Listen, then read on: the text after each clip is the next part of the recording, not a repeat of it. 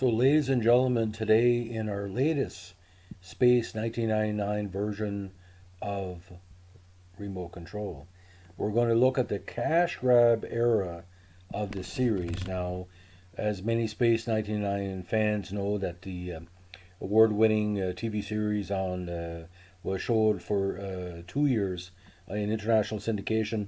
The British-Italian production was quite successful. First season a little bit more cerebral than the second season. Second season more like Star Trek in action and presence. And 40 some odd years later, we're still thinking about it. But like most science fiction of the 70s and 80s that was created with big dollars, the show went into a cash grab compilation effort after the VHS, beta, and cable generation started to grow in the late 70s, early 80s.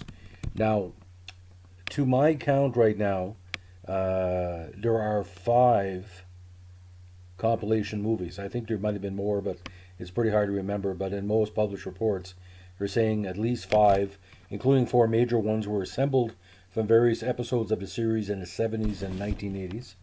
Now, one aim was to provide, like I said, content for new American and European cable and satellite TV stations, and also for a theatrical release, which occurred in a number of European countries, which didn't show the series initially.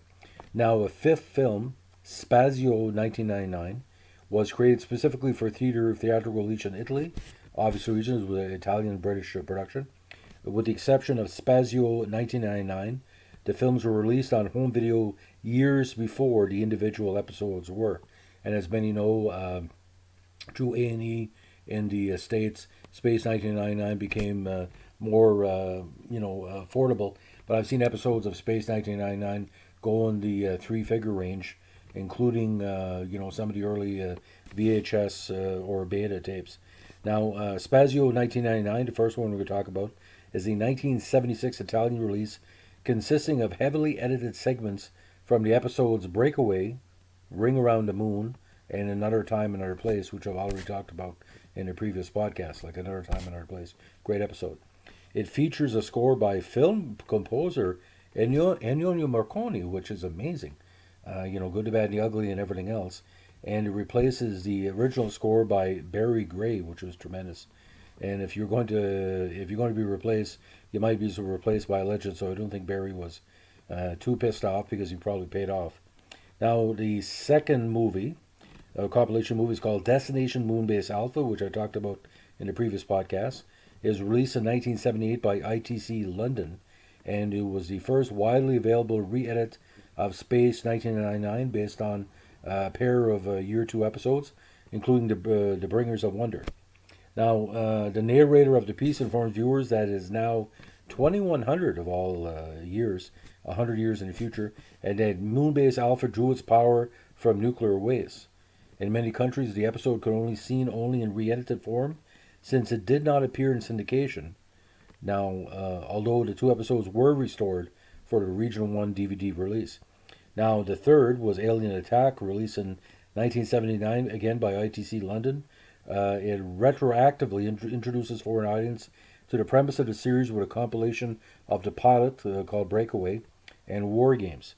It moves events from 1999 far into the 21st century, and the film also includes, which is kind of bizarre for compilations of the time, footage specifically shot for the release, including scenes set in the office of the International Lunar Commission on Earth.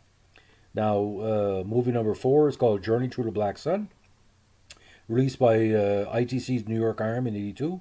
It combines the year 1 episodes Collision Course and Black Sun, and scenes from both episodes, such as the character of Alan Carter confronting Commander John Koenig in Black Sun, were cut for time. Now, the fifth and probably the most laughable, which was parodied in a video release by Mystery Science Theater 3000, was something called Cosmic Princess. Again, released by ITC in 1982 in New York, and it focuses primarily on, of course, the great Catherine Schell, who plays the Metamorph Maya in 2 episodes. In both episodes, she's heavily featured, including Metamorph, which is the first episode of the second season, and the key episode Space Warp. Now, the aliens' dialogue from Space Warp is altered, and the aliens' difficulties, well as Maya's condition, are presented as being directly related to the Metamorph, as if the events of that episode occurred only a few days before. So there were some time management problems. Now, a small number of scenes, such as Maya's father, mentor, kind of intimidating her for her views as a misuse of her shape changing abilities, were cut for obvious reasons, because it was basically showing that the Maya character had her own mind. In the first episode of the second season, she was heavily manipulated by her father, but I don't want to give away the plot too much. Now,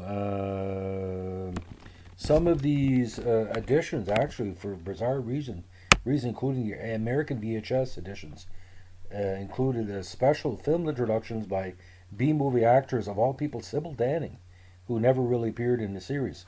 Now, Martin Landau and Barbara Bain were so pissed off by these movies, they launched legal proceedings against the repackaging, but of course they had a very limited impact, and it went nowhere.